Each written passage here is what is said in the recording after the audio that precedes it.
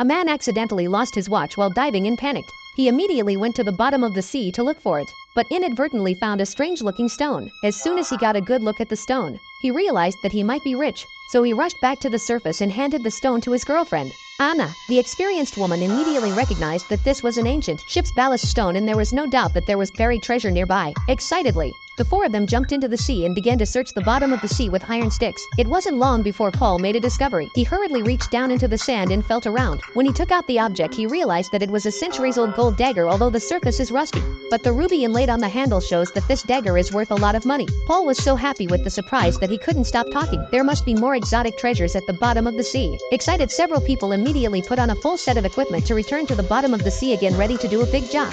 Just as the metal detector swept over an area, the needle on the meter suddenly began to swing wildly, and the two men immediately realized that there was a big guy down there. David immediately turned the sand blower to maximum power. Buried in the sand quickly revealed that it was a centuries-old iron cannon. Without saying a word, the men tied a rope to both ends of the cannon and injected air into the air bladder at the other end of the rope, preparing to use buoyancy to salvage the several-ton cannon. However, just when everything was going well, Lisa, who was relaxing on the boat, suddenly heard the alarm, which was a temporary inspection by the Marine Police. At this time, the three people under the water also found the traces of the Marine Police. Once the police found out that they were salvaging the treasure, then these things will certainly be pulled away on the spot. Seeing that the airbag is about to rush out of the sea, Paul immediately signaled David to release some air to keep the cannon in the water for the time being. However, when David released the air from the airbag, he accidentally flipped the switch. In the blink of an eye, several tons of iron cannon fell towards the bottom of the sea in a panic. David's arm was firmly wrapped in the rope, and the next second fell to the bottom of the sea, iron cannon right on his right arm.